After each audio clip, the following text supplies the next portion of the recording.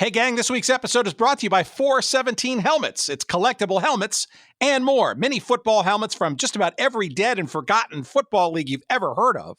Also, mini baseball helmets from the Negro Leagues, as well as custom helmets. You want your business or your organization represented in a cool mini helmet format? Hey, check them out. 417helmets.com. Promo code GOODSEATS for 10% off all of your purchases. And now, here's our show.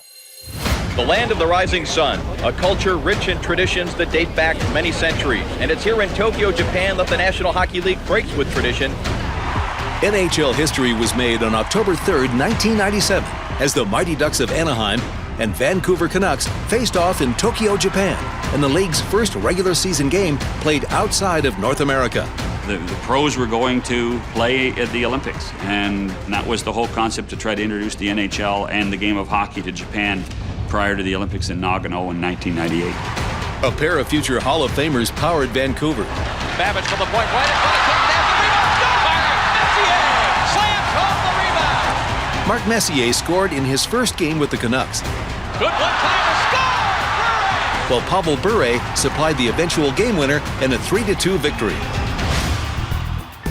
Welcome to Good Seats Still Available, a curious little podcast devoted to exploring what used to be in professional sports. Here's your host, Tim Hanlon.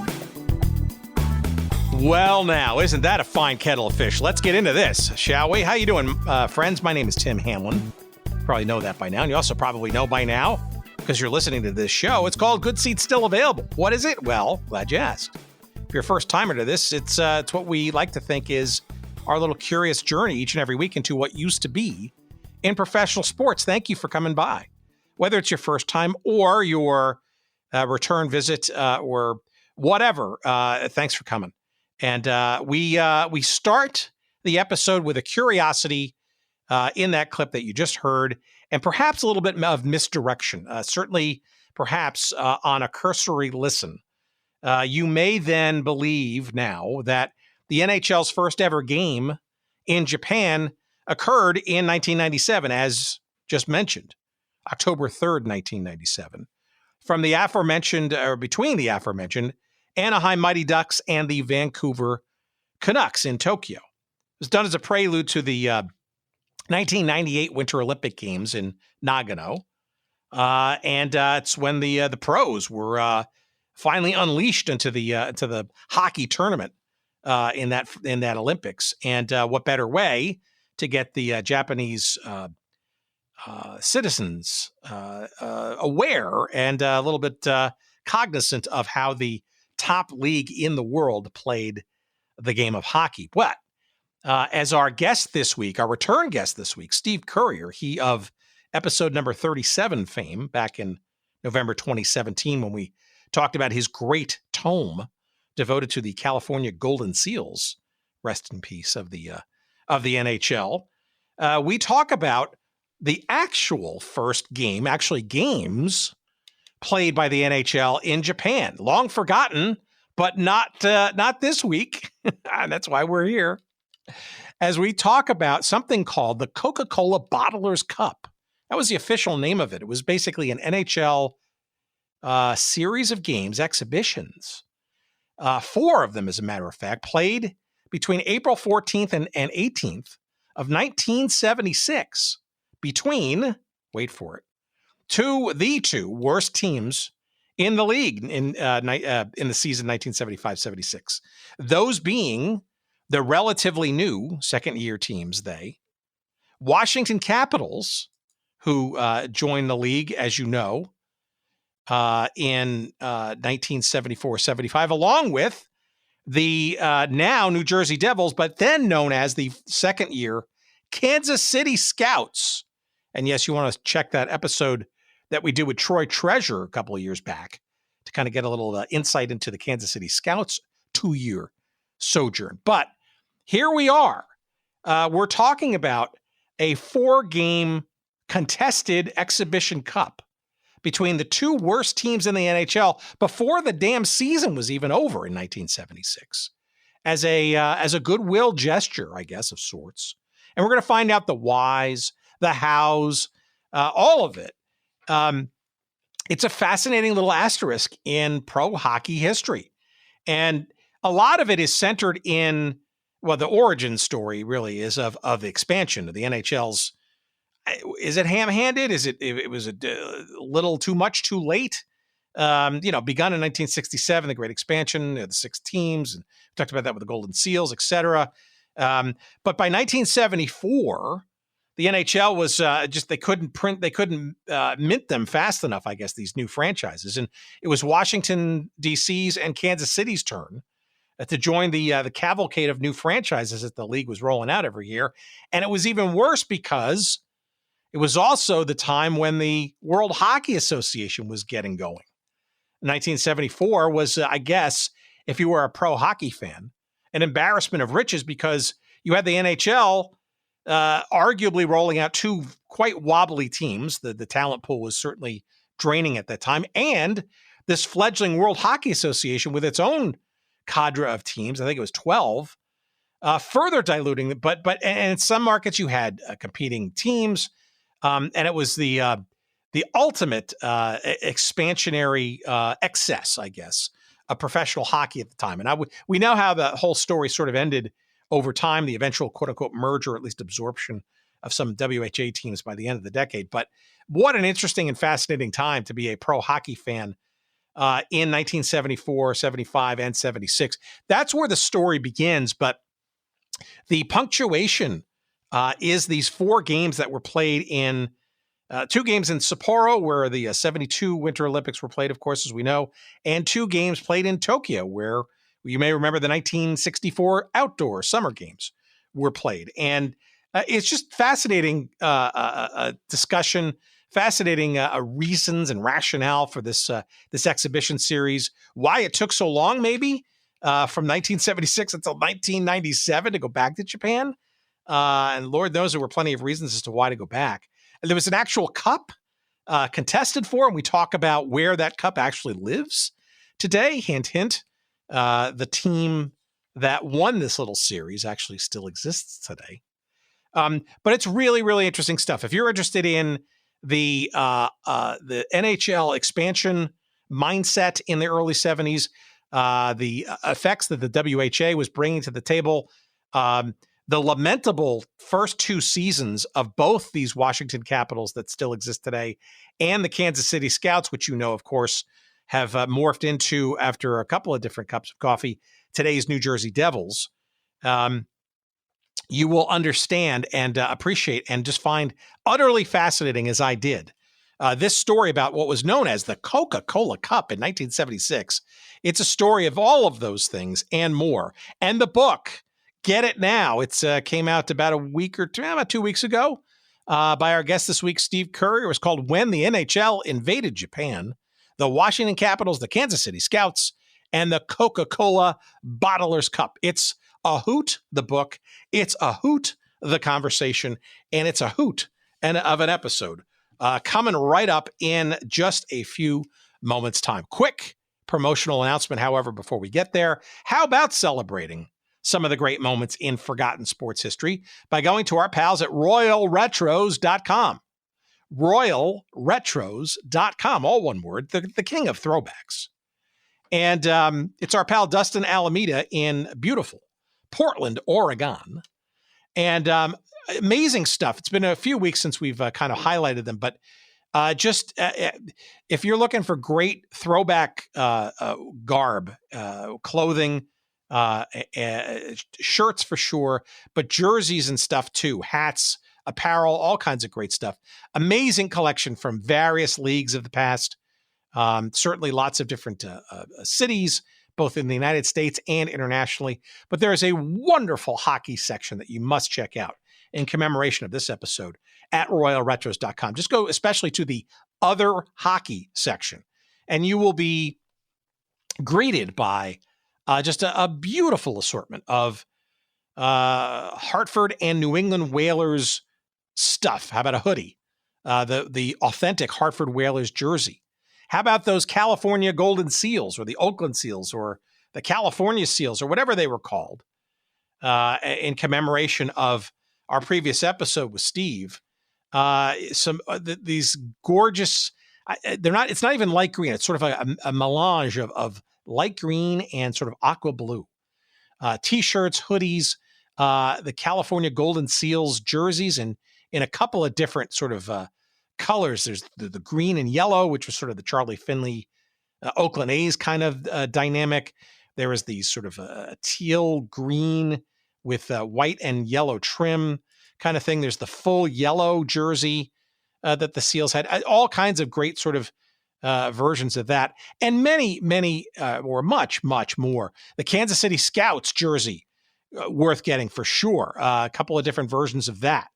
Why don't you amaze your friends with that, or perhaps a T-shirt commemorating the long forgotten 2-year sojourn of the Kansas City Scouts, and much more. There's the Oakland Seals version out there. There's if you're a big Colorado Avalanche fan, you can get the Quebec Nordiques jersey to show all your smart friends that, or maybe convince them that you were a fan of the team in one of its previous iterations. All kinds of great stuff, and you're going to love it all, I guarantee you, at royalretros.com. And of course, we have a promo code for you, and that's SEATS, SEATS. SEATS is the promo code. 10% off all of your purchases when you go there early and often to royalretros.com, the king of throwbacks. Thanks, Dustin, for your support of our show. And hopefully you fans out there will enjoy the great wares that are available for you there. And God forbid we get a few shekels of referral love by having you go to the site and checking them out and buying a few items. We appreciate that. All right. We also appreciate you listening further to this fun-filled conversation. Here it comes with our pal Steve Currier. It's been 5 years, and what an excuse to bring him back. Let's talk about the Coca-Cola Cup. Let's talk about the Washington Capitals and their stinking first 2 years, and let's talk about the long-forgotten but soft spot in our hearts, Kansas City Scouts. Here it comes. Please, as always, enjoy.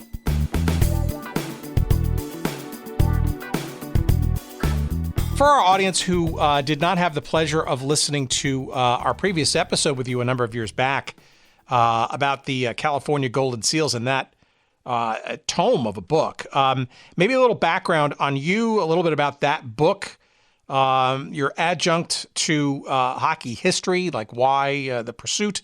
And I'm assuming, or guessing, frankly, that the Golden Seals depth that you did in that book and continue to do with your blog and Hall of Fame and all that kind of stuff, maybe became the essential tangent to the story that we're going to get into today. Yeah, there's a bit of a link between the two books, I guess. I've always been interested in reading and writing about defunct teams and leagues. I mean, this is really my wheelhouse. This podcast of yours. This is exactly the kind of thing that I've always been interested in, especially on the hockey side. That's always been my passion. And I mean, the book on the California Seals was something that I'd always been passionate about since I was a kid, just seeing the old uniforms in old magazines and on hockey cards, and it just kind of went from there. I wrote to the NHL as a boy, maybe I was about 10 or 11 years old, and I asked them to send me some information on the Seals. This is before the internet even existed, so someone at the league office sent me a media guide, I think from 74, 75, and they sent me the entire media guide photocopied, and that was kind of the basis. I had all the Seals history right in front of me, so it kind of made it a good starting point. And I think that's why I went in that direction more than if they sent me a media guide on the Kansas City Scouts, I probably would have gone that direction, to be quite honest. But I guess it was kind of fate that I was put into this California Seals history like I was, and that's how it kind of went from there. As far as the Scouts and the Capitals are concerned, in my new book on their trip to Japan in 1976, this kind of goes again in my passion for reading about hockey history. And I remember when I was doing research for the Seals, I was buying old hockey news issues from the 70s through the mail, and I'd gotten a couple from in 1976, right around April or May, and there's a few articles that mentioned that the Scouts and the Capitals had gone to Japan to play a 4-game exhibition series, and there wasn't really a lot more out there to find any more information, but it was always an idea that I had in the back of my mind. It's like, that sounds like a very interesting experience, and so it was also in the back of my mind that whenever the book on the Seals was done, that I'd like to go back into this area and look at the Scouts and the Capitals and their 2 first years, which were horrible, and what led to them going to Japan. So I wrote an article for the Society for International Hockey Research back in 2013, I think it was, where I kind of got to interview a few of the players and hear some interesting stories. And I thought, like, oh man, like it has so many great stories and experiences. And I was like, how can I turn this into a book as opposed to a 3,000 or 4,000 word article? And so I just kind of thought about it, and I said, well, if I go back to the beginning, the expansion draft, and I go through the 2 years that led up to them going to the Coca-Cola Cup series in Japan, I thought, well, this I could actually turn into a book, I think. And fortunately, the McFarland Press was interested in it, and they took it right away. So I was that's kind of how I got into this story right here. Well, remind me, you didn't grow up in the Bay Area. What was the fascination with the Seals in the first place? Oh no, I grew up in Cornwall, Ontario, Canada. I currently live in Ottawa, which is about an hour and a half north of Cornwall. No, it really had absolutely nothing to do with me growing up anywhere near the Bay Area. It was just a morbid fascination with failure, I think, is what it was. I grew up a Montreal Canadiens fan, so I was used to seeing teams win all the time. And I don't know, I just find that a lot of teams like the Canadiens, or even the Boston Bruins, or in other sports like the New York Yankees and other great teams, it's the same stories over and over again that you keep seeing. There's really not much more. I don't think I could even research in these teams, even though I love my Canadiens, despite their failures this past year. But with the Seals, there was just nothing that was really available. It was such a ripe territory to explore. There was really nothing, and the Scouts is the same thing. There's really not a lot out there. There's more now than there were 10 or 20 years ago, but for the Seals, that was really the fascination, was the fact that there really was nothing out there, and everything that I was researching, it seemed like it had never been found before, or at least very, very little of it had been found before. Yeah, and that's, our sort of perverse little logic of focusing on these kinds of things. Similar fascination, different roots, different sort of interests, right? But to me, it's fascinating that at top tier professional levels, and occasionally on the minor league levels too, that certain franchises and teams and situations and even tournaments or whatever existed and then don't, and sometimes they're remembered for various reasons, or they get incorporated or scooped up and integrated into whatever sort of follows thereafter. But frankly, more often than not, they don't. And but they were real, especially in from the 60s onward. There's probably video or audio or both that prove their existence. But why not? What happened? What went wrong? Why couldn't it come back again? Where does that history live, and all that kind of stuff? And so stumbling into this story, this book is really great. Your Seals book was fantastic as well. Of course, is in depth. It's probably the most in depth resource you're going to find, probably along with Mark Gretschmill's documentary on the same topic. Right? You're probably a completist after watching and reading both of those, right? Yeah. But yes, arguably the Golden Seals, or whatever year you want to, were they Oakland or were they whatever. That's somewhat obscure enough, although that was, pretty mainstream, multiple seasons, all that stuff. Now, this is taking it to another level and then some, right? But I'm fascinated by how you sort of approach this book, because really the first half of it is not about this long-forgotten exhibition series in 1976, played in Japan of all places, but the lead up to it, which is just as important and frankly equally as fascinating, which I guess I could best characterize as a backgrounder and or a running commentary on the expansion process that the NHL was doing in the late 60s, early 70s. Yeah, it was like the expansion drafts, by this point in '74, this is when the Scouts and the Capitals joined the NHL officially. They'd already done 3 expansion drafts before, and they've been relatively successful. Like especially the first expansion draft, it was fairly generous to the new teams compared to what would come afterwards. Just to remind our audience, those teams, the process was. This was the league that had been only 6 teams up until 1967, and then all of a sudden discovered that they should start expanding for various reasons, and then continue in a drip process thereafter. Mm-hmm.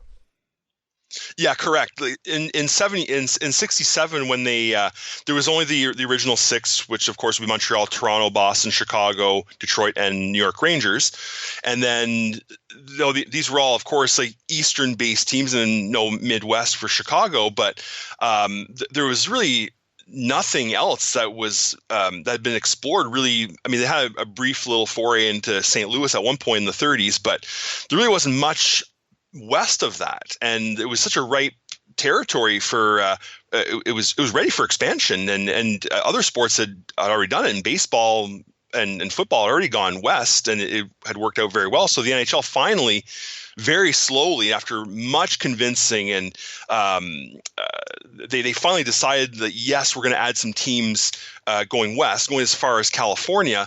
It started the process very slowly that way. And then when those teams, for the most part, in the first 3 years, they were relatively successful. The Seals would be an example of one that wasn't. Pittsburgh was a bit wonky, but they managed to survive. And then the other 4 teams were relatively successful.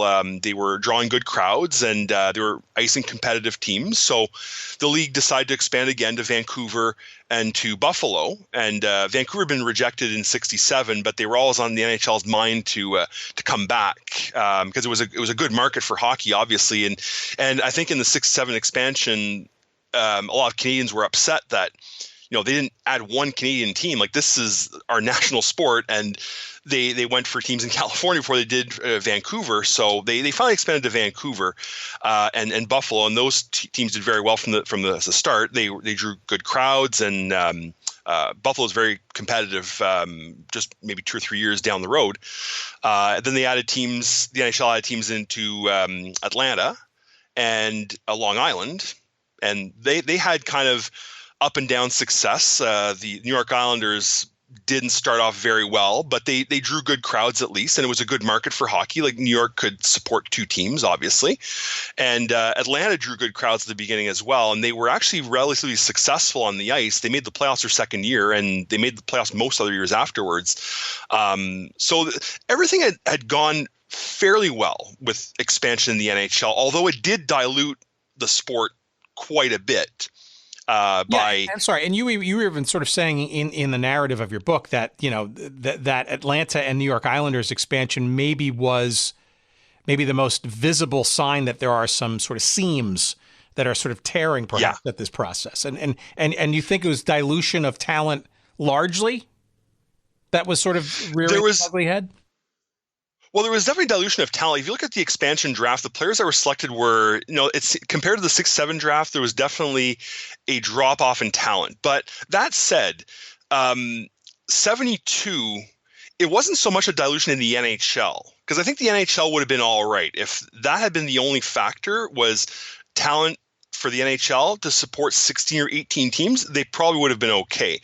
The major problem was the World Hockey Association coming in 72 and adding 12 teams of their own. So all of a sudden you went from having 14 teams in 71 to having they had 16, they had 28 teams in 1972. You're doubling the number of players at the major league level. So this is where the problems started coming in. Like, the New York Islanders lost a great deal of talent. Most of the players they had drafted, there was maybe 7 or 8 players, I guess, that signed with the World Hockey Association before they even played one game in New York. So the Islanders were terrible their first year because they had really nothing. The best players they had drafted were gone before they even played a single game. Atlanta was relatively spared. They didn't lose too many players. But you look at teams like the Seals, for example, they were decimated by the World Hockey Association. They didn't have the roster to be able to weather that kind of storm, as opposed to the Boston Bruins, who lost some major talent, but they had enough depth that they could weather the storm. The Montreal Canadiens was the same thing. They lost some talent too, but they could weather the storm easily. But the Seals and the Islanders, who were already pretty weak rosters, especially the Islanders, when the WHA came in, that was really a major disaster for those teams. And the NHL, around the same time, decided to expand to Kansas City and Washington to start in 74. This was already a bad sign that with the 72-73 season, the dilution of talent in the NHL and the WHA, in 74 it wasn't getting any better. And that's where, unfortunately, the NHL made these plans thinking that, well, by 74, the WHL will probably be gone. They're not going to survive, or they're not going to be a major threat. Turns out they were.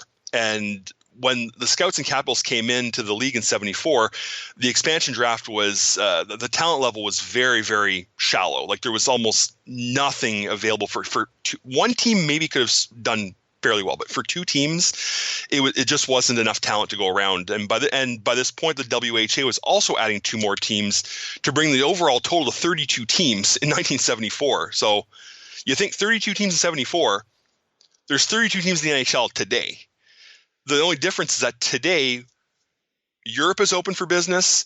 You have Swedes and Finns and Russians and Czechs coming over to the NHL to bolster the talent level. But in the 70s, there were no Russians, there were no Czechs, a few Swedes and a couple of Finns, not a lot of American players either. Compared to now, Americans are everywhere in the NHL. But in 74, there just wasn't that. It was pretty much Canada was supplying all the talent, and there just wasn't enough at this point. So yeah, the expansion suffered. If you're a fan at this time, though, it's got to be sort of an embarrassment of riches, though.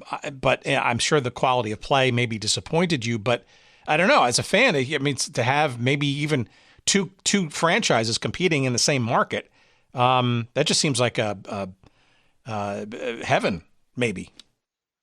In some cases, it would have been nice to have that choice between two teams. Like if you're in Minnesota, for example, and you had the Fighting Saints and the North Stars competing for fans, it's great that you have that choice. But in the end, just about every market that had competing franchises, one of them failed. And usually it was the WHA. Like the Minnesota franchises, the Fighting Saints ended up dying. When you had New York, you had the New York Raiders and you had the New York Islanders, the Raiders died after a year. They moved to New Jersey, and then again they couldn't survive. They were so close to Philadelphia and the Rangers that the Raiders or the New Jersey Knights weren't going to survive. You look at in LA, the Sharks in the WHA, the Kings in the NHL. The Sharks ended up dying after 2 years. So there was it was nice to have that competition in these cities, in the major markets. But the reality was, like, hockey wasn't popular enough to support two franchises, especially in a place like Los Angeles, where the Kings were just getting off the ground. They barely had enough fans to survive themselves. Having a second team come in was, the Kings were definitely going to have the leg up. They'd been around longer, and they were I guess a more interesting team to follow. So the WHA teams that competed with the NHL ended up failing in just about every market, if not every market they tried. Their greatest successes were in markets that didn't have any franchises. Well, by 72 and 74, those two rounds of expansion of the NHL, my sense is that the NHL sort of recognized that this WHA thing was real, going to launch, and maybe this expansion process that had begun in earnest in 67 and had been supplemented a couple of times was kind of almost a defensive move for the NHL, and a bet, as you hinted at before, that the WHA wouldn't last long. Yet it seems like in the near term, it had the opposite effect of just further diluting the pool available of quality players. Yeah, the quality of players you can see really goes down, and I talk about a little bit in the book after the 74-75 season. So that'd be Washington and Kansas City's first year. This is the year they had the 32 teams across both leagues. You notice at the end of that season that just about every team in the NHL set a new record for offense, because the talent, whenever there's lots of expansion, you notice a rise in goals. There's the 10-0 blowouts and the 11-1 blowouts, not so much now, but back in those days, they were everywhere. So when you saw expansion, offense would skyrocket, but it created very sloppy hockey at the same time. Like it was there was no defense. There was it was very sloppy is what it was. And despite all the goals, you also had the rise in goons in hockey, because there just wasn't enough talent going around. So you had these guys that were playing on the fourth line who a couple of years earlier never would have played in the NHL, but all of a sudden the World Hockey Association comes along and these guys suddenly are good enough to at least get their foot in the door and play professional hockey in that league. And in some cases they played in the NHL as well. They weren't great players, but they needed bodies, and that's what it created a rise in violence and goonism in hockey, but also a rise in scoring. And it was like air like an air hockey table. Like I read in one book that I used called the Hockey Compendium, and they talk about that. It's like the age of air hockey is what it is. It was, in a way, it was exciting and interesting, but in other ways it was very diluted, and people at the time, fans were almost not upset, but they were disappointed that the game that they remembered from the 60s and the 50s, that was very pure and you had nothing but the very best players competing against each other. By the mid-70s, you had a lot of guys that were there that really didn't belong. Well, so explain the 1974 season, because the Capitals and the Scouts were these two teams that ultimately played in what we're going to ultimately get to, this 1976 Coca-Cola Bottlers Cup in Japan, an exhibition series. But the reasons why these two franchises were the ones to go into that is really important, and maybe set up the backdrop, because I think I saw either you say or quote somebody or said, or maybe you mutually said this in the book, that arguably, or perhaps maybe inarguably, 1974-75 season perhaps may have been maybe the lowest point in the quality of play in the modern game of the NHL, because of this dilution and imbalance and other things that the expansion had wrought at that time. Yeah, like if you look at the stats for the Capitals, especially, it's kind of frightening when you look at it. I mean, I think they scored something 182 goals for the season, so they averaged a little over 2 goals a game, but they gave up 446 goals, which is an average of like 5 or 5.5 goals a game or something. So like there's never been a team that's even been close to that mark since then. And you look at the game summaries, and you can see them in the book, or you can find them on hockeyreference.com and those places. But the Capitals gave up 10 or more goals 7 times during that season. And if you look at the NHL of today, I think maybe once a year you see a 10-goal game, and this is throughout the entire league. The Capitals had 7 games where they gave up 10 or more goals. And I think Kansas City was maybe once or twice they gave up 10 goals. And that's not counting the 8-1 and 9-2 blowouts that Washington was getting left, right, and center. But you also had teams like Detroit was an awful team at the time. The Seals were having a hard time as well. And the Scouts were moderately competitive their first year, but they still weren't great. Like they were still prone to the occasional blowout. It was a bit of a low point, or at least the starting of a low point, because the rest of the 70s weren't necessarily much better. There was a great imbalance of talent. Like you had Montreal and Philadelphia at the very top, and then at the bottom you had Kansas City and Washington that had absolutely no chance of making the playoffs. Not to mention a team like Detroit or Minnesota or California. Like they had no chance of making the playoffs. Pretty much from the first week, you knew they were done. And I'm sorry, you have a great section point in your book on, I think it's page 78. When you're talking about the state of the Capitals by February of 75, the middle of their first season. So the Capitals, they were 4-45-5 on February 11th, 1975. That put them 179th among 179 last teams in operation that season, which included not just the big sports like Major League Baseball, the NFL, the NBA, and the NHL, but also the ABA, the WFL, the WHA, the North American Soccer League, and World Team Tennis. And then even You even make a reference to the expansion New Orleans Jazz of the NBA, which had just won 7, I think, of its 51 games. And there's just an amazing quote here you have from UPI sports editor Milton Richmond. Do you remember it? Or do you want me to tell you? Oh, you can see. I don't have the book in front of me right now, but I know which one you're talking about. It's a great one, yeah. Quote suggested that since both the Jazz and the Caps end their seasons the same day in the nation's capital, that perhaps they should stay over one day and play each other in some neutral game like tennis or baseball to decide which is truly the worst. So this Capitals franchise, halfway through its first season, was woeful by multiple league standards, not just the NHL. Oh yeah, it was. I forget where I found that quote about being 179th, but I thought that it's shocking when you think someone has to finish last, obviously, but they were like leaps and bounds last across every league.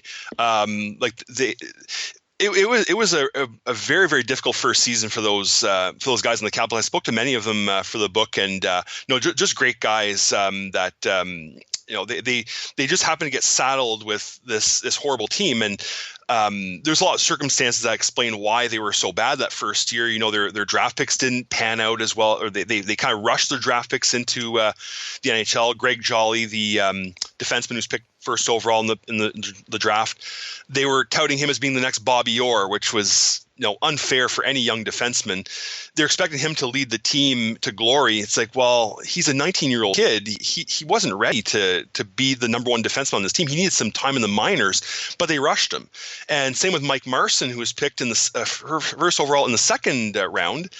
He also was rushed to the NHL, and he was a kid with lots of talent, lots of skill, but they rushed him way too fast. Like, he should have been sent to the minors to develop his skills and then come up to the Capitals and contribute. But there was way too much pressure on those two guys at such a young age to perform. There wasn't the leadership on the team to really help those guys along. And like I was saying, like, this was a team that was historically bad. They I have some of the stats in front of me. Just what's shocking is the goaltending. Their two goaltenders, Ron Lowe, faced an average of over 37 shots per game, and their backup goalie Michel Bellumeur faced almost 39 shots per game. Like, those are ridiculously high numbers, but that's what it was in Washington. Every night was a shooting gallery. They had almost no chance of winning, and if they even came up with a tie, or even they came, I think one of the players had said something along the lines of they tried to keep it down to a touchdown. So if they keep the game down to about a touchdown, they'd done a good job. But that's really not a very positive thing to be thinking about. Like, they just weren't very competitive that first year. They had losing streaks. They had a 17-game losing streak, and this is no ties. This is 17 straight losses. They had 11, 14, and 17-game winless streaks during the season as well. So when you think they won only 4 games past the halfway mark of the season, you can see why why this team was historically bad. It was tough for these guys. They won only 1 game on the road all year in California at the very, very end of the season, where the players, at the end of the game, they went back to the dressing room, and one of the players, I forget who, because everyone says it's someone different, but they found a green plastic garbage can in the dressing room back at the Oakland Coliseum, and they all signed their names on it, and then they went back onto the ice and they paraded the garbage can around like it was the Stanley Cup, because that was their high water mark, was winning 1 game on the road in Oakland, of all places. And the following season, when they went back, that garbage can was still at the Oakland Coliseum. When they went back to to play the Seals again, that garbage can was still in the visitors' dressing room, and all their names were signed on it. I don't know what happened to that garbage can, but it does have some historical significance, but it's probably lost the sands of time now, or it could be still in Oakland somewhere for all we know. All right. Well, but I'm barely keeping them afloat, so to speak, I guess, by comparison. Kansas City Scouts weren't burning up the ice either, now were they? No, they were more competitive by expansion standards. Like, they finished 15, 54, and 11, which was, not great, but like, the games were fairly close. They had a pretty tight defense. So they didn't have a great offense, but they didn't run up the scores too often because they had a responsible defensive crew, and it also shows a little bit the different philosophies of the two teams in the expansion draft. Kansas City tended to go for more veteran players. And you can see in the book, it says exactly how many points, how many games these players had played before they were drafted. You can see that Kansas City went for more veterans, like players like Gary Crotto, who'd played for Oakland for 4 or 5 years. They had other guys like Simon Nollet, who played for Philadelphia. He was one of their better players, one of the better players in the draft. So they had some guys who could contribute offensively, and they had some responsible defensive players also. That made a big difference. Washington, on the other hand, they went for more players that had minor league credentials, players that they thought maybe, well, because they had good numbers in the American League, maybe that will transfer to the NHL. Turned out that wasn't the case. So they ended up suffering badly. There's a couple of guys that had good seasons, like Denny Duperret was a good pick. Jack Eagers was a risky pick, but he had some credentials, but he ended up missing most of the first 2 seasons he played and didn't contribute too much. He had injury problems. But Kansas City, yeah, they were much more competitive, and their general manager, Sid Abel, who's a Hall of Famer from the Red Wings, he made a couple of really good trades during the year. He traded a couple of players who really weren't working out with the scouts. He traded them to Detroit for a guy named Guy Charon.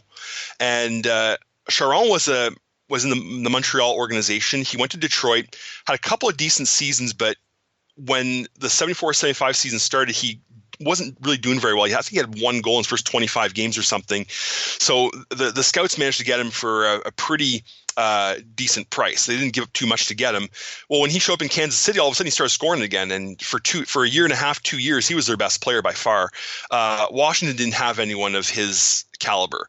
They also traded Michel Place, who was their number 1 goaltender from the expansion draft, traded him to Pittsburgh for a guy by the name of Dennis Herron, who was a young goaltender in Pittsburgh, but turned out to be a very, very good goaltender. He was extremely competent as a number 1 in Kansas City and kept the team in many, many games. So they were lucky. They made a couple of really good trades that turned out very well for them. And the players they got in the expansion draft, some of them actually did, like Simon Nollet, for example, led the team in scoring.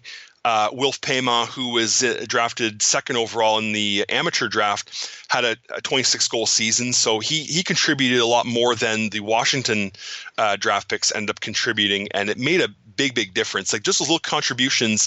There was no superstars in the team, but they were fairly competitive, and they were a much tighter defensive team than Washington was.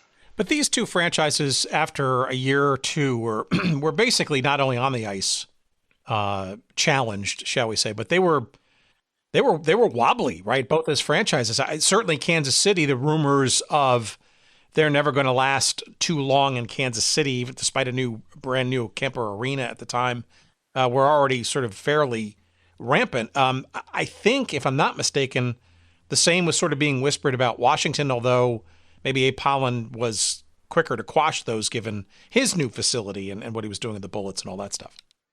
Yeah, that's absolutely true. The scouts drew about maybe 7,300, I think, for the season. They didn't have very good scheduling. That was part of their problem. They couldn't get a lot of Saturday games. I think there's only 10 games on Saturday nights. Well, that's hockey night. Saturday night. Having games on a Tuesday or a Thursday is not going to help you too much. Back it goes. A pass off the skate back to the line of the right point. Nollet keeps it in. Along the boards is Don Luce, and he finds an opening and shoots it down the ice. In 19 seconds, Schoenfeld will come back onto the ice. Now Powers leads the rush for Kansas City to the Buffalo line. In the right wing, goes to the corner. Back to the point it goes, winding up as Rhoda. Takes the shot over to Nollet. Right point. Back to Rhoda. Rhoda, top of the circle. Shoots. Dozier, left pad save, and the puck rebounds into the corner. Don Luce goes after it. Down the left side, stepping onto the ice was Schoenfeld. He's got a breakaway, but no, it's offside at the Kansas City blue line. As Schoenfeld had stepped onto the ice. 1 minute, 11 seconds remaining in the penalty to Currier. And I don't know, it certainly didn't look like an offside call from our vantage point, but Jim Jim Schoenfeld is now discussing the play with Gerard Gauthier.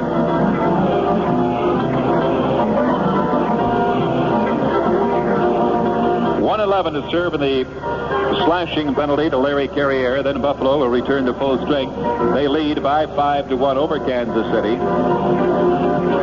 They have not announced the crowd here tonight, but apparently it's well over the 5,000 mark, under the 10,000 mark, but over the 5. And it is rather difficult to estimate just exactly how many are here, because it does seat a total of 16,000 fans, and they're spread all over. If you'll wait a moment, I'll count them. So when games were on Saturdays, they drew fairly well. The other games were on weekdays, and attendance was pretty lousy. Washington was a little bit better. They averaged about 10,000 per game, which was not great. It was still one of the lower marks in the league, but it was enough to get them by, and the financial losses weren't too bad. But the ownership situation in both cities was a big factor. Abe Pollin in Washington was the majority owner, so he had more money, and he could afford to lose a bit here and there, and to pump more money into the franchise if he needed to. Like you're saying, he also was an owner of the Washington Bullets at the time, and the Cap Center was doing very well. But on the Kansas City side, it was a very there was no majority owner in Kansas City. Yeah, talk about that for a second, because it was almost like the Detroit Wheels of the World Football League in terms of how many owners there were. There was, I think there was about 20 or 21 owners or something, and no one owned more than 20% of the team. So you think about it. If you're one of these 1% or 2% owners, you put in $100,000 or $200,000 or something. You're a small business owner in Kansas City, and at the end of the season, you find out the team's lost a couple $1 million. Attendance wasn't as good as they thought. Now they're coming to see you for more money because, we're having a hard time paying our players. We lost more than we thought.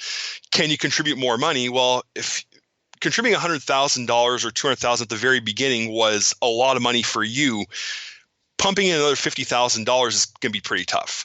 And in my experience reading about hockey, and just even in today's more modern day sports, you don't see too often teams that have 20 different owners doing particularly well financially.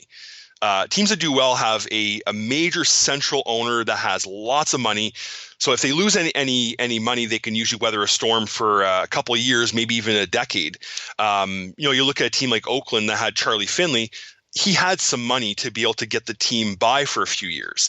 But in Kansas City, no one had any real major financial resources. So when they started going into the red in the first season and going into the red even worse in the second season, there was just no one there to be able to pump more money into the franchise. And you wonder how a team could only last 2 years before failing. Like that, I think explains a lot, because there were other teams that weren't doing so well financially, but lasted much longer because they had better ownership.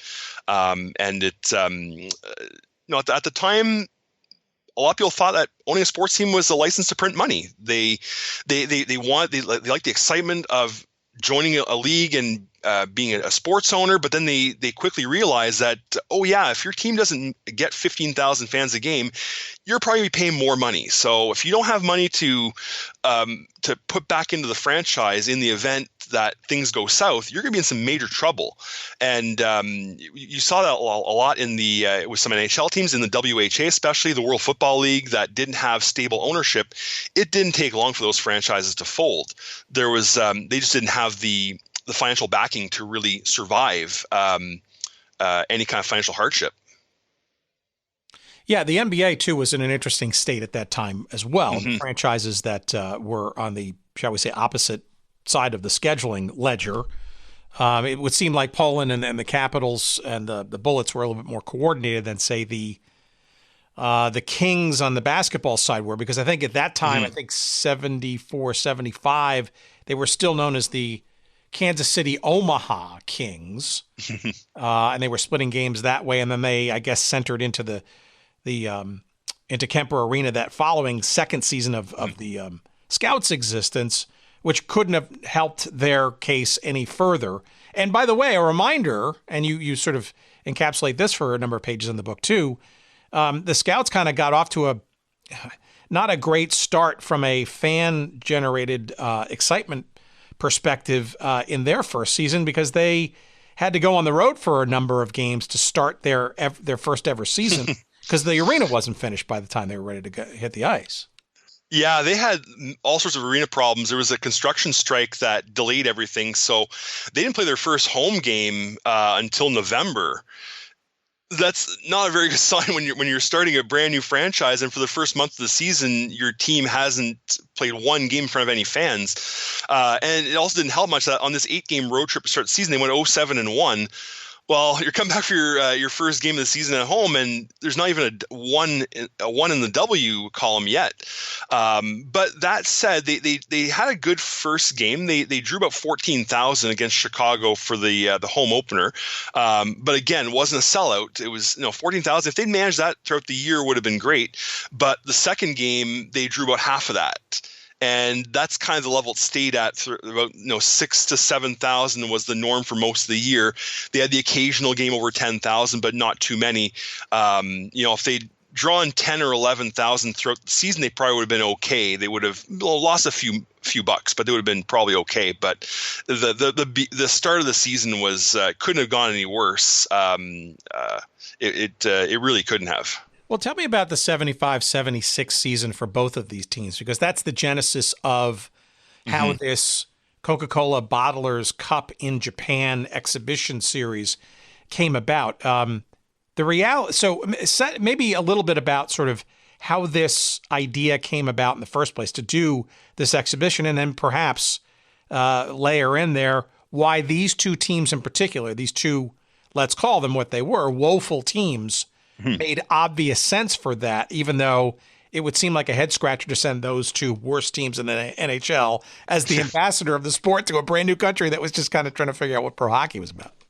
Yeah, so it's always the strangest thing, and you see it throughout articles from the time. They're wondering, why are they sending the two worst teams to Japan to promote the NHL and to it made no sense. Like, why wouldn't you send the Montreal Canadiens or the Philadelphia Flyers, who are the big teams of the day, or the Boston Bruins? They might not have been Stanley Cup champs, but this was a big name. Or even the New York Rangers. They weren't great, but it's New York City. That's a big name. Why send Kansas City and Washington made almost no sense. But in a way, it did make sense because in my research, the earliest mention I found of the Coca-Cola Bottlers Cup, or they also call it the NHL Japan Series, which is, so you kind of see the two a little bit mentioned in newspapers. The earliest mention, I think, was in March that I saw it. So you're thinking this is March. There's about maybe a month and a half left in the season.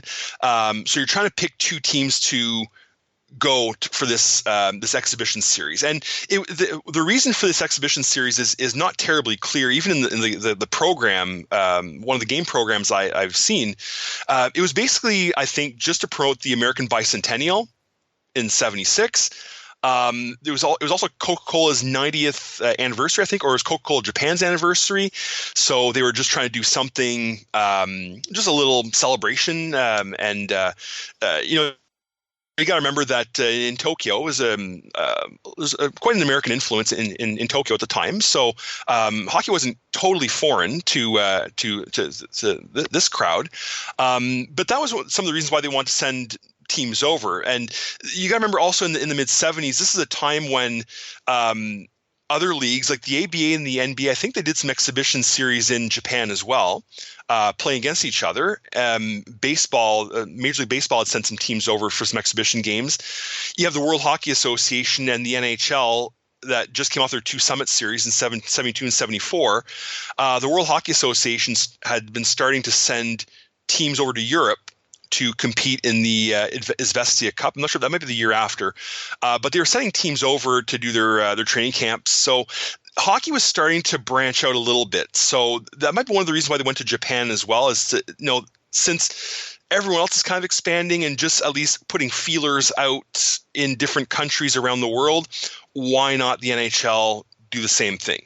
Not that the NHL was thinking of putting any teams in Japan. I would seriously doubt that. If they were going to expand out of North America, they would go to Europe first.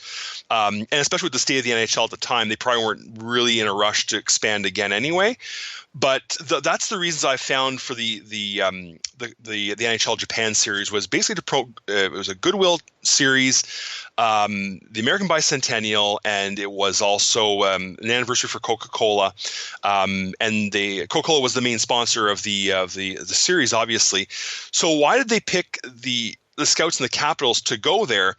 The reason that I found the most, and some were doubting it at the time, like in different newspapers, but it makes sense to me that they picked the two worst teams because they wanted to make sure that if you're going to start printing out memorabilia like banners and pennants and T-shirts and game programs, you don't want to start printing those out, and all of a sudden you have the Kansas City Scouts go on a 6 or 7 game win streak. All of a sudden they play themselves back into a playoff position, and throws everything off.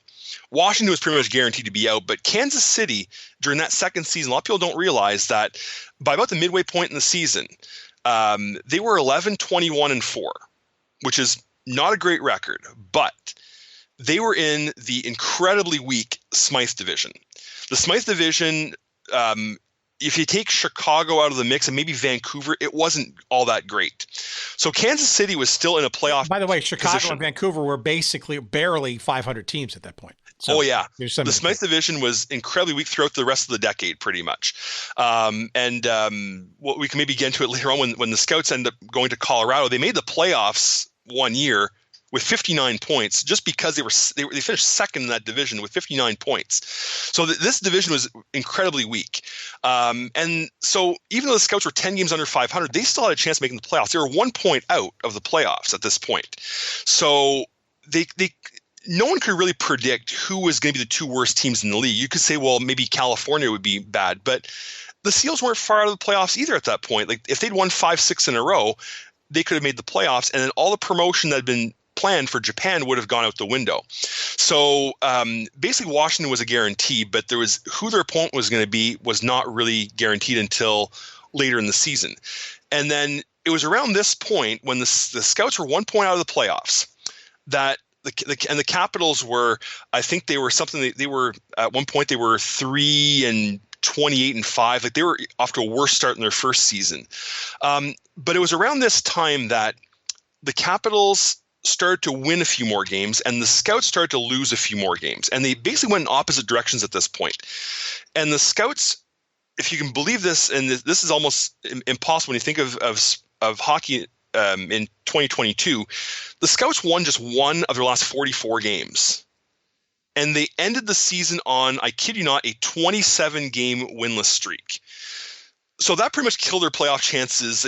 After they, out of those 44 games, after 10 of those or 15 of those games had gone by and they hadn't won anything, they were pretty much done. And you could start the promotional process at this point.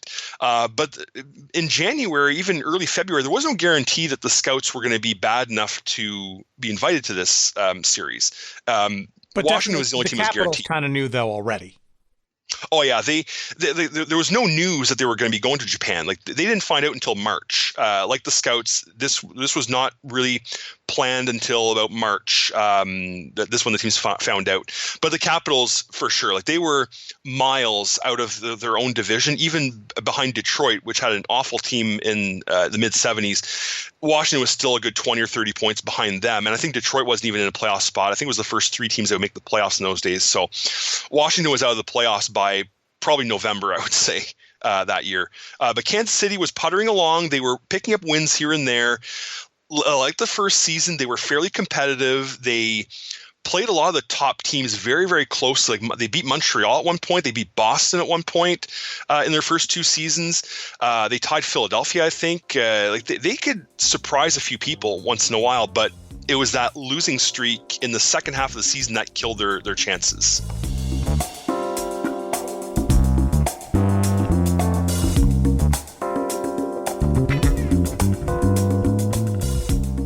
All right, what's this? 417 helmets. My goodness.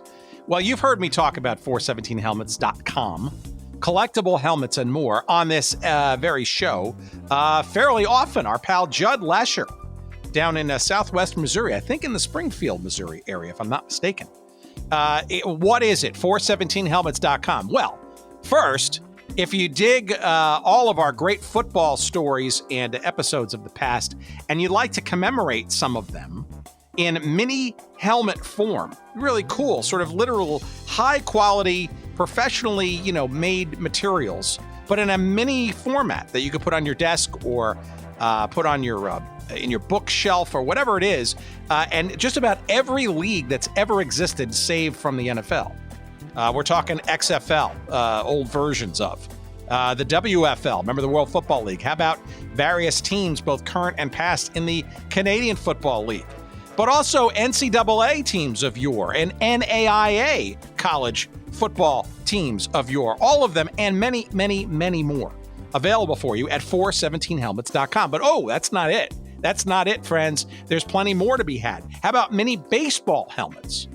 Yeah, a whole bunch in the Negro Leagues, and yes, officially licensed by the Negro League Hall of Fame. You can get a bunch, and they're making more all the time.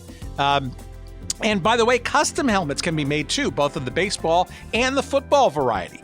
You got your business, maybe a promotional thing you want to do for your company, perhaps your organization, you want to raise some funds, all that kind of stuff. Great custom approaches to both mini football and mini baseball helmets can be made at your command for you to enjoy and to sell or resell or give away. All of that and more. That's the more part at 417helmets.com. It's collectible helmets and more. And we've got a promo code for you, too, for whatever you purchase. All of them, all of your purchases, 10% off all of those when you use the promo code GOODSEATS. Again, promo code GOODSEATS for 10% off all of your purchases at 417helmets.com. Thanks, Judd, and thank you all for listening and trying them out. And now back to our conversation.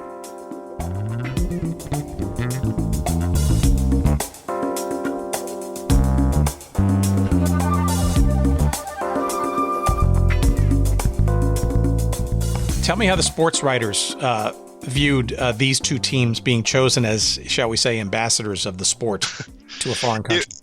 They were very, very skeptical. They just could not understand how the NHL would pick the two worst teams to go overseas. I can't remember off the top of my head some of the quotes. I don't know if you have the quotes with you, but I'll give you one. I thought it was terrific. It was on page 177, as a matter of fact. Mm-hmm. Jim Taylor of the Vancouver Sun was particularly nasty towards the Capitals and Scouts in his sports column. Quote, "The last time the U.S. shipped 2 bombs to Japan, it ended in war. This time it could start one." That was pretty much the sentiment when people were finding out about this quirky little tournament or series and going to Japan. It's like, why are they sending these two teams over? It makes absolutely no sense. But you have to remember also, and this is what the players had reminded me a couple of times, is that even the worst teams in professional hockey in 1976 were leaps and bounds better than any hockey that had ever been seen in Japan, except maybe aside from the 72 Olympics. It didn't really matter who they sent. These guys were going to be far and away the best players that Japan had ever seen. So, and the Japanese were incredibly impressed by the players. Like these guys were big. They could shoot the puck really hard. They would hit. They would fight. They had never seen anything like these guys before, and they were the worst teams in the league. If you'd sent Montreal, Philadelphia, their heads would have exploded, I think. But Washington, Kansas City, they were more than happy to see them play in Japan because they might have been bad in the NHL, but in Japan, these guys were as good as they got. They were leaps and bounds better than anything they'd ever seen in Japan. Well, so tell me about the lead up and the cup, the game itself. It's a 4-game exhibition, and by all accounts that you've sort of circled around in this book, it seemed like this was some hell of a concessionary or consolation prize for these players on these two worst teams. I mean, they sound like they were treated like royalty and had a first class experience, at least in the travel and the upkeep and all that kind of stuff. How about the play too, and how are they received by the fans? Yeah, I can tell you for a fact the players that I interviewed absolutely adored their trip. Like this was a once in a lifetime trip for these guys. Like most of them had never been to Japan before. Certainly never played hockey in Japan. Some had played in Europe. Maybe like I know some were on the 72 Olympic. I think Craig Patrick was on the 72 Olympic team. If I remember, I could be wrong, but some played in Japan maybe for the Olympics or in Europe in the Olympics. But most had never really been very far out of North America, and Coca-Cola Japan and a couple of the other sponsors, they really went out of their way to make the players feel welcome. There was always these lavish banquets that were out for them. When the players landed in, they landed in Sapporo, I think it was for the first game, if I'm not mistaken, and it said something on the at the airport said welcome. Sweet ladies and great fighters or something like that, or great warriors or something like that. Like the Japanese had seen these guys coming in as just being these incredibly huge and tough athletes coming from halfway around the world. And so players, they were given a per diem of $45 a day. All their expenses were paid. They got $1,250 each to compete in these 4 games. They stayed at the new Otani Hotel in Tokyo when the series moved over there, and it was a very lavish and plush hotel. The hotel actually was, one of the players had told me, it was actually, the exterior was the shot they used for Osato Chemicals in the James Bond movie You Only Live Twice. So the exterior of if you see in that movie, you see the hotel that the player stayed at, and they said it was just beautiful. They were treated like royalty, and the reporters and the fans were incredibly enthralled by these guys. They couldn't get over the fact that they had their teeth were all missing. They couldn't get over the fact that they would be fighting on the ice with each other. It was quite the show for Japan, because it was definitely not the same style of hockey that they were used to seeing, if they'd even seen it at all in some cases. They were treated beautifully, and the players, when they came back, they had nothing but fond memories. They also had a 5-day trip to Hawaii on the way back from Japan as well. So for some of the players on opposing teams in the NHL, this is a player by the name of Jack Lynch was telling me about this. He said some of the players on the opposing teams at the end of the season were disappointed that they were going to the playoffs and the Capitals were going to Japan for this trip. They were almost disappointed that they were going to be competing for the Stanley Cup, but the Capitals were going to be going for a beautiful trip to Japan, and it really was a wonderful trip. They had a great time. Why do you think Japan? You do speculate a couple of different sort of theories. One which was possibly the World Hockey Association, given the name "World" in their title, that they would be flexing their muscles to kind of do some exhibition stuff and/or literal expansion over time. I'm just curious, and why Japan? Why not say another, European country, or even the Soviet Union, which, certainly in 74 and 72, right, with the Summit Series, was certainly a thing. Yeah, there was certainly talk at the time that the World Hockey Association, their ultimate plan was to eventually expand to Europe, to have a European division. It never happened, because I don't think they were financially stable enough to really to go that way. But that was the plan, and the NHL, they could have possibly been a little bit afraid of the WHA kind of going that direction. So that might have been one of the reasons why the NHL went to Japan. My understanding from what I read is more, I think it was more Coca-Cola had approached the NHL about organizing this series. So I think it was more a Coca-Cola initiative than anything else, and the NHL just simply accepted it. They thought this would be a nice way to promote the game around the world. But I don't think the NHL really had any intention of ever expanding to Japan. I don't think the World Hockey Association did either, although they were talking about Europe. I would think that if they were to expand out of North America, Europe would have been the first place they would have gone, because they certainly did have a lot of ties to Finland and the Czech Republic, or Czechoslovakia at the time, and the Soviet Union as well. They had teams come over to the WHA and play some regular season and exhibition games. So, but Japan, I don't think was on the radar. I think it was more Coca-Cola was, they invited the NHL to send teams over, and then that just kind of got the ball rolling afterwards. But it wasn't a slam dunk. There was definitely some hesitation on the NHL's part to send players over to Japan. There was a lot of kinks to work out, but eventually they came to an agreement to send players over. The NHL did have some hesitation because they had done a sort of barnstorming tour back in the 50s. I want to say like 1958 or 59, when they sent the Blackhawks and the New York Rangers to Europe, and they played a 20 or 23 game exhibition tour. And it didn't work out so well for the NHL. They lost some money. There was some financial problems. So I think the NHL was kind of hesitating to do this sort of thing all over again, send actual club teams to across the world to compete. So there was that hesitation also. That was I'd read that in the newspapers as well. But eventually they were convinced to send teams over. And again, the fact that Coca-Cola put together about, I think it was $400,000. They pooled together their bottling franchises in Japan. They put some money together. So it's not like the NHL was paying for very much. That's not my understanding. I think Coca-Cola paid a great deal, if not the entire bill. So the NHL didn't have much to lose really by sending their teams over. It was, it was nice to be invited. So they sent a couple of teams over.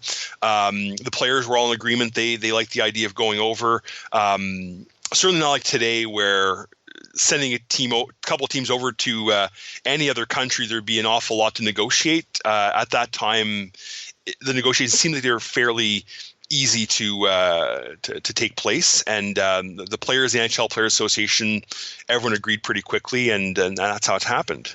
How did the fans in Japan take to these games? And I my suspicion, and from what you wrote, seems like it was sort of taken more as a spectacle more than it was competition, or how did it go over with the fans that, kind of didn't necessarily appreciate or understand the top tier pro version of the game? Because the sports writers who covered it from the States kind of called it mediocre in terms of play.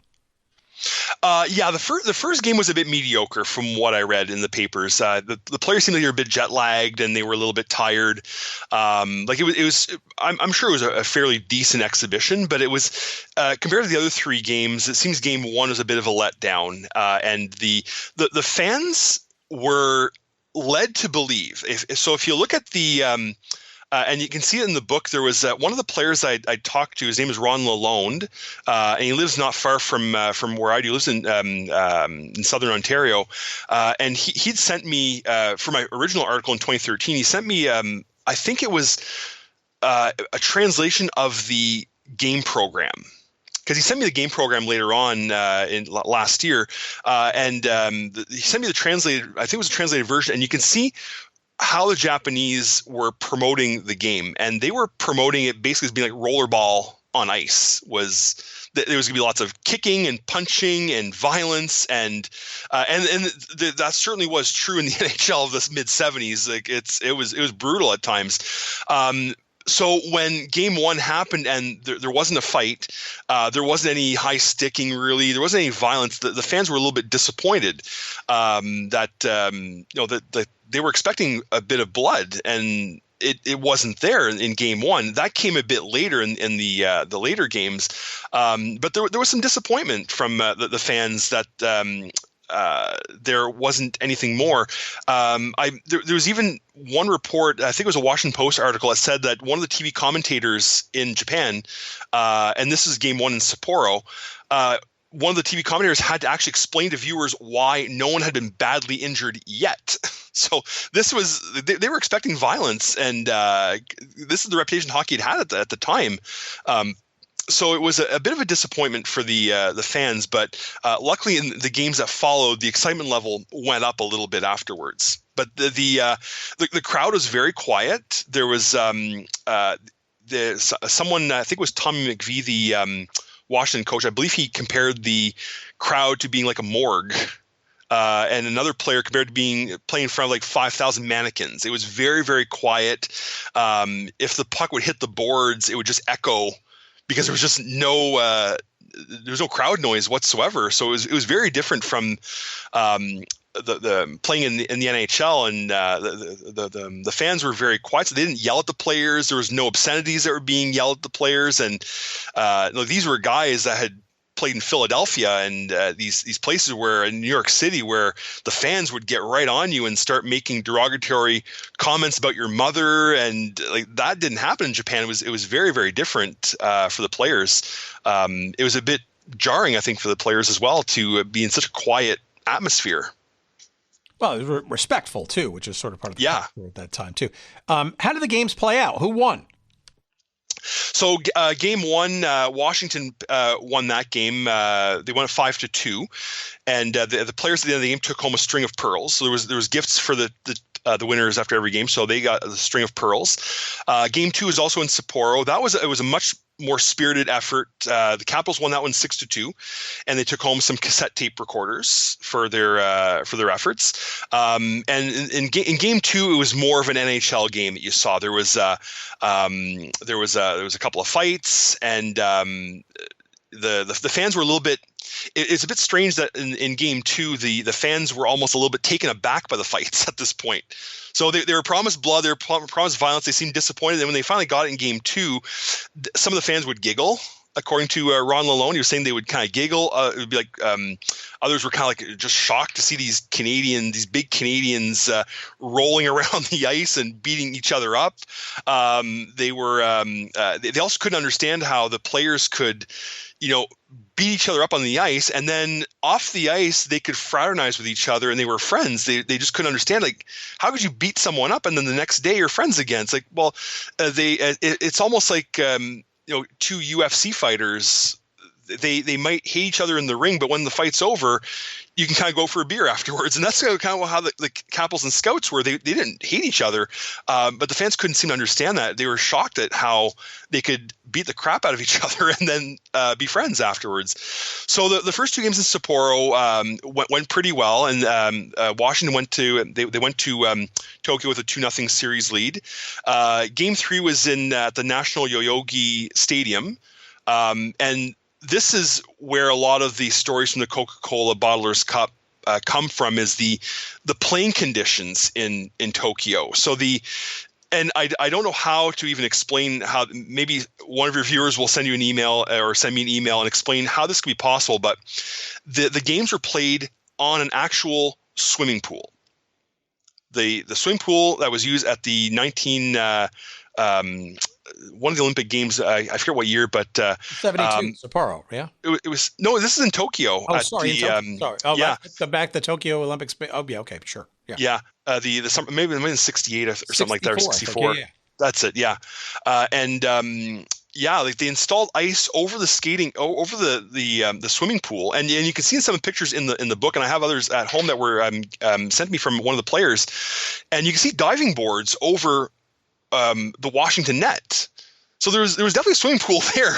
How they put ice over a swimming pool, I have no clue, and I wasn't able to contact anyone from the NHL who could maybe give me an idea how this is possible. But there was definitely ice over the swimming pool, and the boards. You can see this in the book for sure. And the pictures, the photos, by the way, are tremendous. They were given to me by a guy by the name of Robin Burns, who played for Kansas City for both seasons, and he sent me this wonderful photo album full of these personal Polaroids that his wife had taken, and other players their wives had taken, and you can see the boards, how rickety they are. Like they're not smooth like you see today. It was like plywood, just like nailed together with fishing nets over it. So there was no glass or anything. It was just fishing nets over. So when the puck would be slapped into the fishing nets, it would boomerang right off and hit the goalie right in the back of the head if he wasn't paying any attention. The ice was very wet and slushy, possibly because there was a swimming pool underneath. I'm not sure if that had something to do with it, but the boards were not very solid. They were kind of held in place with these cement blocks. So the players had this understanding that when they realized that these boards were not very solid, it's like we're going to take it easy on each other. We're not going to slam each other into the boards. Like, we'll hit each other on the ice, but let's not hit each other into the boards. There's a pretty good chance that if we hit each other, we're going to go over or through them. So it was very, very dangerous. And you could imagine, like, there's no way the NHL would ever send any of its players if the conditions were like that. It just goes to show how different 76 was, that the NHLPA and the league would just say, oh, sure, go ahead and, just try and be careful out there. Like, it was a bit dangerous. It's surprising that none of the players got hurt. So there was a bit of an adventure in those games. So in game 3, Washington won that one again. They won 6-2, basically clinched the Coca-Cola Cup at that point, winning the first 3 games. In the 4th game was there was a bit of a background story in this game, in that it was I think the players in Kansas City had found out that the franchise was kind of on its last legs in Kansas City. They'd fired or released general manager Sid Abel and his assistant Baz Bastien. They were gone because the team had just run out of money. Had nothing to do with the job they had done. There was just no money. The Scouts had taken a $300,000 loan from the NHL. They couldn't pay that back. So the franchise was hemorrhaging money, and they were letting people go left, right, and center. The players, I think, had gotten wind of that in Japan, and they knew that there was a pretty good chance that this was the last game they were playing as the Kansas City Scouts. They didn't know if the team was going to be contracted, if they were going to move. The NHL at that time was not on solid ground. They'd had problems with California and with Pittsburgh. The NHL had no intention of supporting another franchise. So there was a chance they were going to contract the team, and a lot of these guys were going to be out of a job. So they knew that this was their last opportunity to really put out a great effort. You have to remember also that they hadn't won a game since about, I think, early February. Like, that 27-game winless streak I was telling you about, you add the 3 games in Tokyo, we're up to a 30-game winless streak now unofficially. So they knew this was the last. If they want to put an end to this streak, this is the last opportunity to do it. So they put out a pretty great effort in the last game. It was also defenseman Gary Bergman was at the end of his career. He said before the game to the players that he was retiring after this game. So they knew they want to put out a really great effort for him to send him off. He had a great career. They want to send him off as a winner. The players were motivated to end that streak. There was a lot of reasons why the Scouts came out hard to play in Game 4, and they ended up winning the 4th game. They ended up winning the ladies' wristwatches was the gift, and even Robin Burns, when I interviewed him, he had said that the Scouts players had a little bit extra motivation in the last game because their wives and girlfriends were upset that the Capitals' wives and girlfriends were taking home all the prizes. The Kansas City wives and girlfriends hadn't gotten anything. They lost on the string of pearls. They lost on the cassette recorders. Game 3 was little geisha dolls that were given out. They didn't get anything. So there was a bit of extra pressure from the wives and girlfriends apparently to win something, and it was ladies' wristwatches. So they were hopefully a little bit happier that they won those. So the Capitals won the series 3-1 and took home the Coca-Cola Cup. All right, I guess the last sort of major question that still stands out, and obviously people need to buy the book to kind of get to the granular details, but you do spend a little time talking about that actual cup, what it was, what happened to it, and maybe where it is now, and where can people see it? Yeah, so this was also something that fascinated me when I wrote my original article in 2013. So at this point, I'd seen a picture of the cup, but I had no idea where it was. And there's a guy who works for the Washington Capitals. He's a writer, and he does a podcast for the Washington Capitals. His name is Mike Vogel, and he'd done a little bit. I think he'd posted a picture of the Coca-Cola Cup on the internet that I'd seen, and I contacted him saying, like, oh, could I use this for my article? It'd be great to have a picture of this cup. I'd never seen it before. Most of the players that I talked to had no idea what happened to this thing. Like they weren't even sure they brought it back with them. So it was kind of mysterious, like, where did this thing end up? So when I finally saw a picture of it, I was impressed. I was happy. It's like, okay, this thing actually does exist. But Mike had told me through email, he'd said that I hadn't seen it in a couple of years. He wasn't even sure where it was. So it was presumed lost again. And so whenever I was writing the book, I decided to contact him again, see like, you know, did you get any news on the cup? Have you found it? And he said, yes, they did find it. And it was in the office of the team's director of hockey operations, a guy by the name of Chris Wagner. And he said he'd be able to put me through to Chris and to talk to him. And sure enough, the cup exists. And I was able to get some nice professional shots. The Capitals photographer was able to take some good professional shots, and you see one in the book, and it's the trophy is nothing terribly memorable. It's not the Stanley Cup by any means. It looks like a Pee-wee trophy. Like it's made of brass with a little a wooden base to it, and it's a little plaque on the front says Coca-Cola Bottlers Cup winner, Washington Capitals 76. It's very, very basic, but the story behind the cup, when I talked to Chris Wagner about this, and he was able to explain to me the what happened between 76 and basically whenever he got it in the 2015 or so, whenever he came into possession of it. Apparently, so they took the team took the cup home, and it must have been stashed away at Capitol Center for many years, and it was just,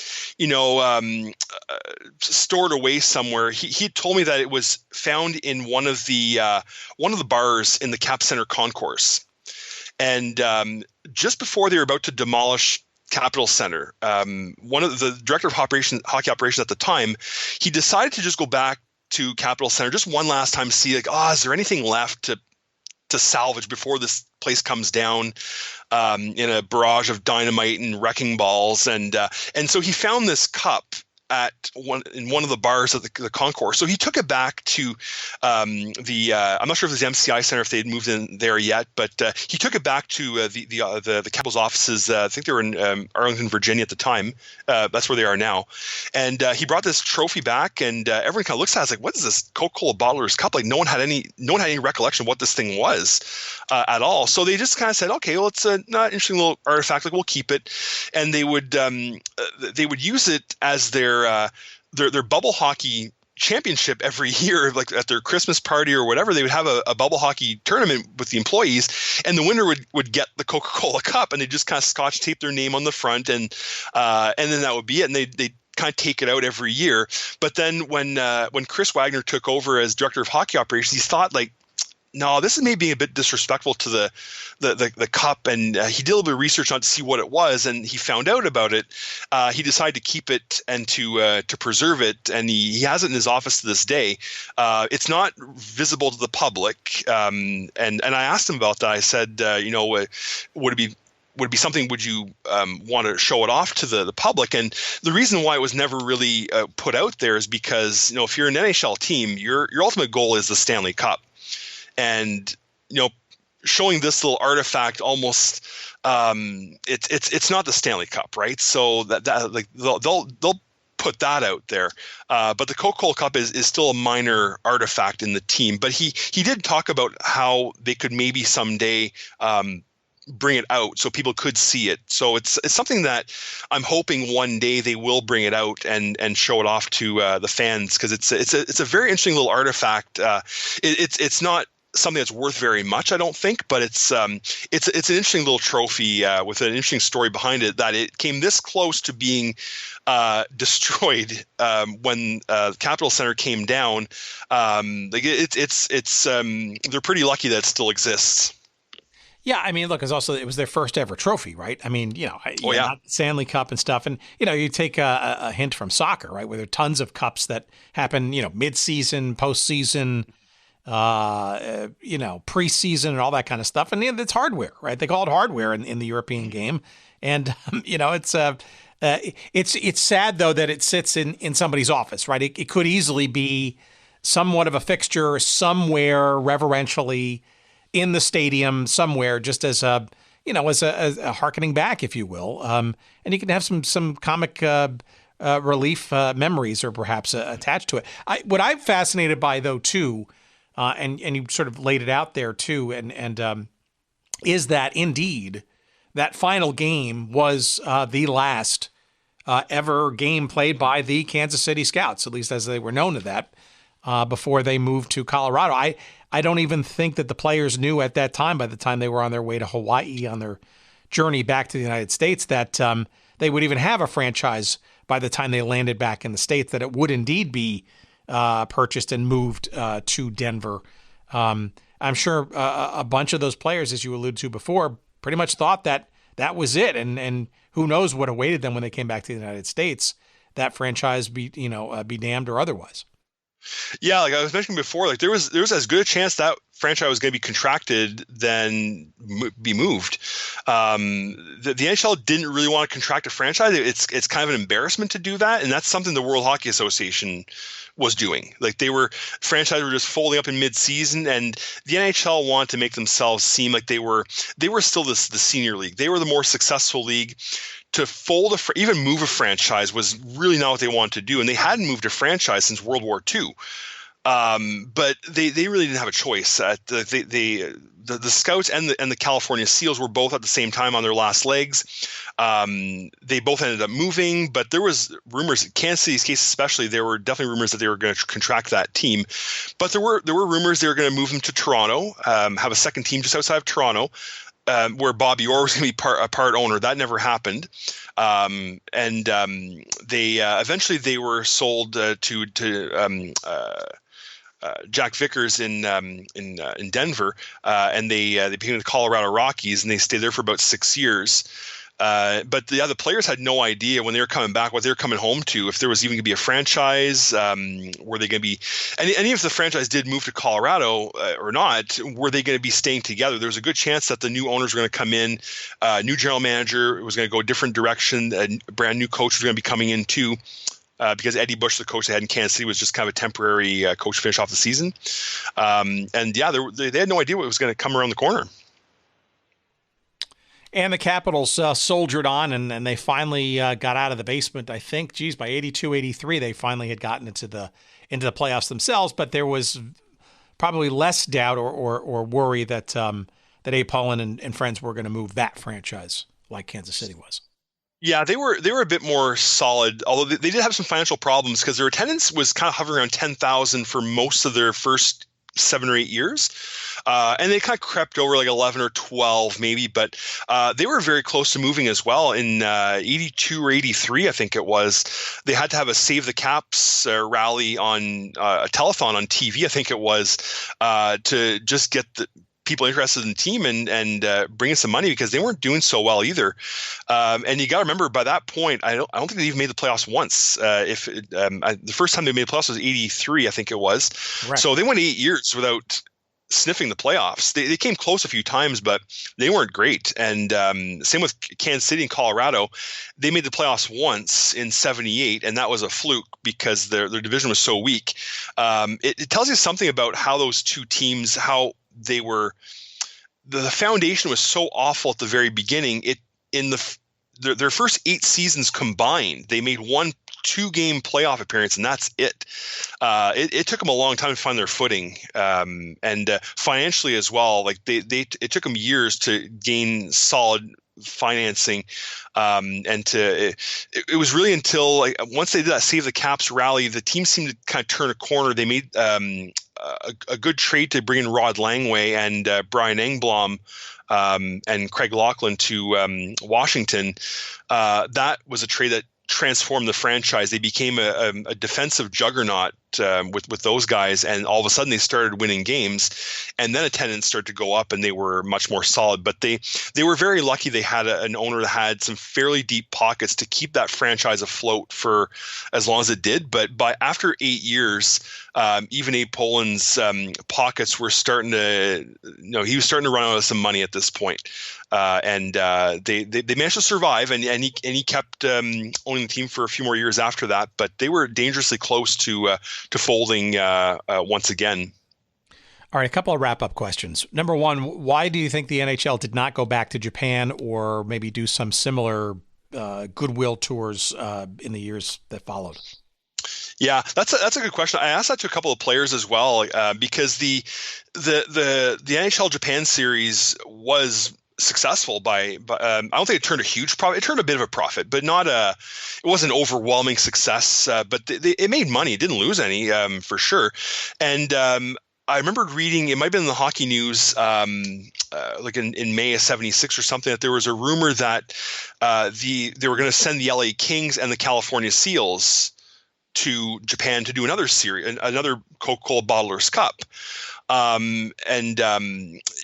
It may have happened. Like, it's hard to say, but you got to remember that the Seals at this point were transitioning from Oakland to Cleveland. So that might have been one of the reasons why they never did the series again, in that one of the two teams all of a sudden, they had problems of their own. But why it never happened again afterwards, I never found out why. The only thing I can think of is I talked to Bernie Wolf, who was the goaltender in Washington the second season, and he's in finance now in Washington. He's been doing that for probably about 40 years now, I think.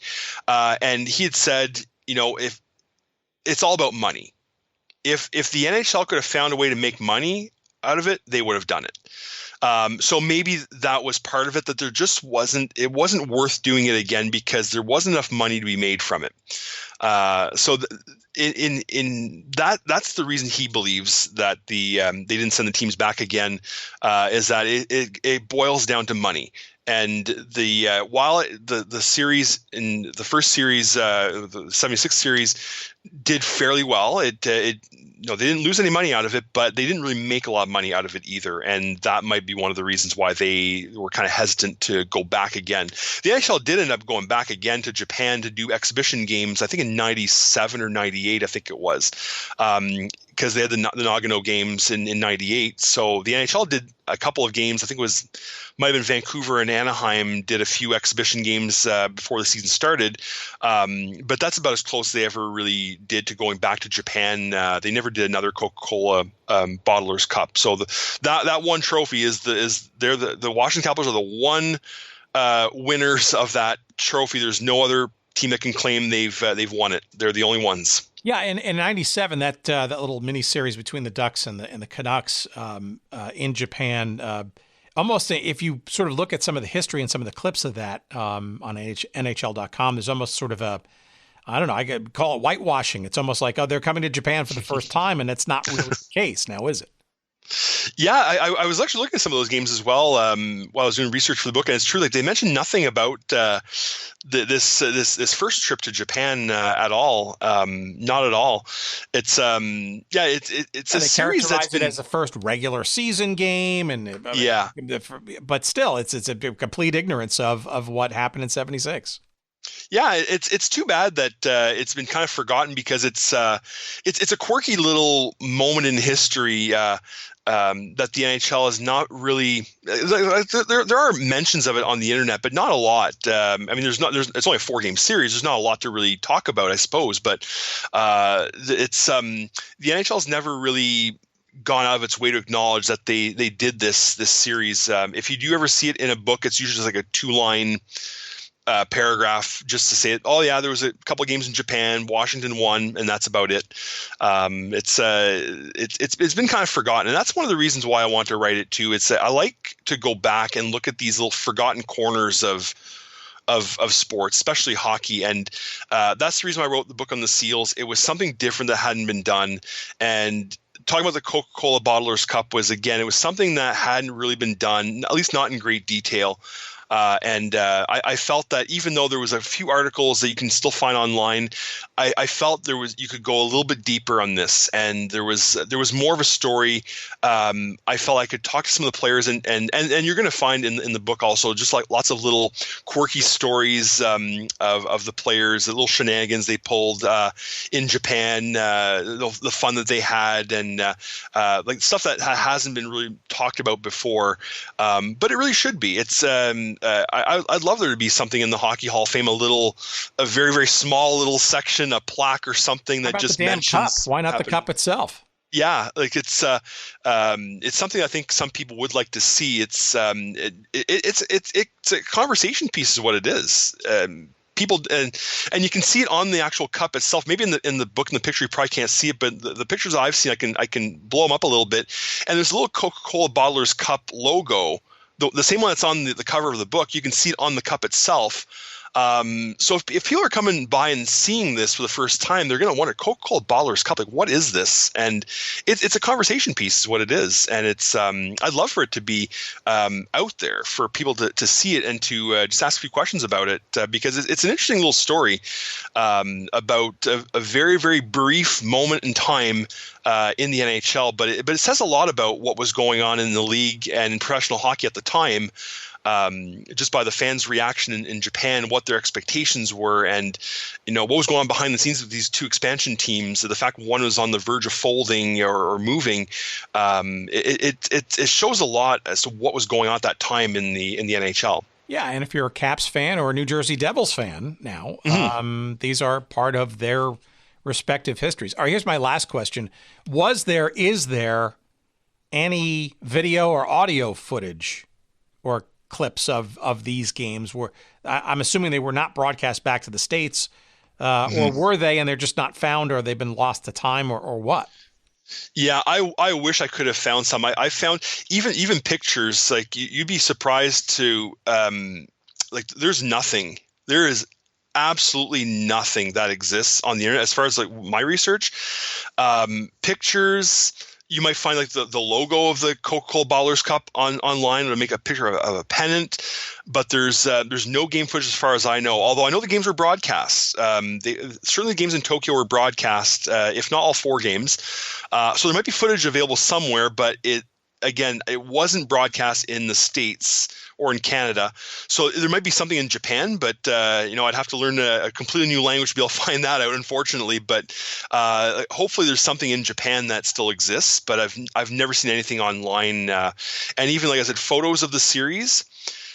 I was so lucky that Robin Burns had sent me this photo album with his photos, because the day that arrived, I looked at it. I could not believe I was holding, because I'd never seen anything from that series. Like, to see those rickety boards and the fishing nets behind the nets and the diving boards over the Washington goal. Like, I'd heard rumors about it, never actually seen it. And there's not much online picture wise. I'm hoping that some will come out. But I think the only things that really exist, like pictures and memorabilia, it's with the players now and their families, those who've passed away. I get the impression that that's going to go with the players to their graves, because there's almost nothing that exists out there. The only place I could think of that might have it would be like Pacific Stars and Stripes, the newspaper that was based out of Tokyo, I think, at the time. They'd covered the series in the last 2 games especially, and there was a few photos there. I wasn't able to access their archives because of the pandemic. They weren't able to get any of the photos, but they would probably have some.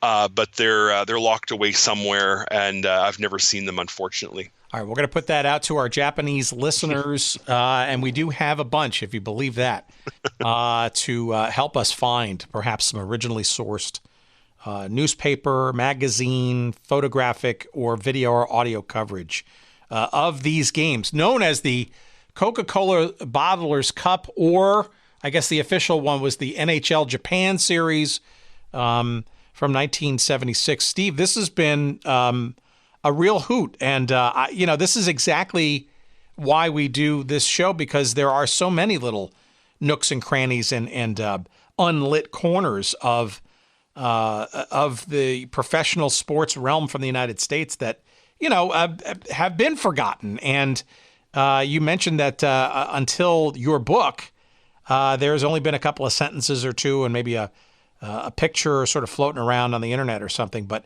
it's really cool, and the fact that you were able to tell the story about what led to this, as well as the actual running of this exhibition series as well. I mean, there are lots of pieces to this story, like the Scouts' last ever game, and the expansion craziness in the NHL, and the WHA is part of this.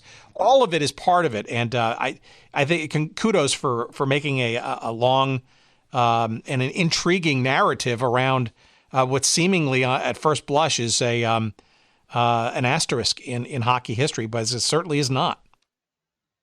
No, it's a very, for me anyway. I mean, I'm a bit weird in that sense that these kinds of things interest me, but it's something new. It's I personally get kind of tired of reading the same stories over and over again, and it's one of the reasons why I enjoy to listen to your podcast as well. Is that hearing these stories about the World Football League and the ABA and that, like I didn't know much about these things just a few years ago, but unearthing these little corners of sports history is so much more interesting than reading about the champions that you hear about all the time.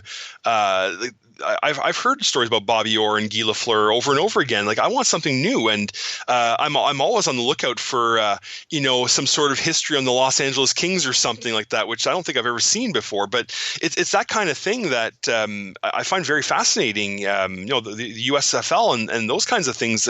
These are tremendously interesting stories because they're so strange. Like it's hard to believe some of the things that are in these books and articles that this actually existed. And I'm so glad that there are reporters and writers and researchers who are bringing this up to the surface now, because there was a long time ago when that stuff just didn't exist. It was always the same stories over and over again. It's great that there's so many of these new stories are coming out.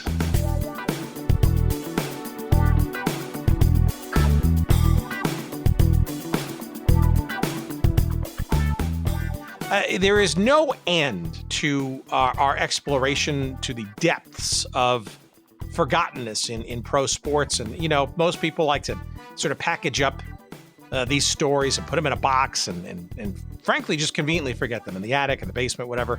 No. We like to find those boxes in those dark, musty places. We like to blow the dust right off of those boxes and just break them wide open, and hopefully nothing breaks inside of them, and see what was forgotten. And this episode that we just delivered to you with our conversation with Steve is a great example of the ends of the earth that we go to explore those topics. Again, the book you must get.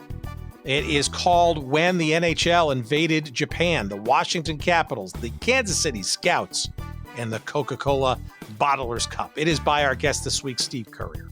You know that by now. It is published by our pals at McFarland, and it is available for you now wherever fine books are found. You can get it in paperback or Kindle fashion. And of course, if you'd like to give us a little support, hell, we don't charge you for this show, at least not yet. Very few advertisements. We try to keep them to a minimum. We haven't asked you for Patreon just yet, although we are threatening to do so. So what better way? You're getting the show for free, for God's sakes. Why not buy the book through our website and give us a couple of shekels of referral love? Why don't you? Go to goodseatsstillavailable.com. Just search up this episode number 269. My goodness. With Steve Currier. And you'll find a convenient link to Amazon where you will get it either in digital form or, the next day, or maybe even the same day if you've got Prime. And we appreciate it. We'll get a couple of pennies, literally, nickels maybe, of referral love for you doing so. We'll also have a convenient link to Steve's previous book that we talked about, 5 years ago, back in our episode number 37, back in it was November of 2017, I think it was. That was his great book, his huge tome on the history of the California Golden Seals. That's published by the University of Nebraska Press. Get them both, why don't you? They make great gifts. A nice 2-pack. And what else? You can find Steve's website, his awesome, deep, and detailed rich. GoldenSealsHockey.com. GoldenSealsHockey.com. Yes, it's about the Golden Seals predominantly or prominently, but it's also about all his other exploits and stuff too, including this fine work and topic that we just got through today. Thank you to Steve. Thank you to all for listening to this episode. Thank you, of course, to the good Dr. Jerry Payne for his knob twiddling this week, as always. And more fun and excitement and intrigue coming at you next week. Lord knows what the topic is, but we'll do our best to make it interesting for sure. Thanks for listening. Until then, please be safe and watch out for the sunburn and the heat and all that kind of stuff. And Just try to make it to next week so we can talk to you again. Bye.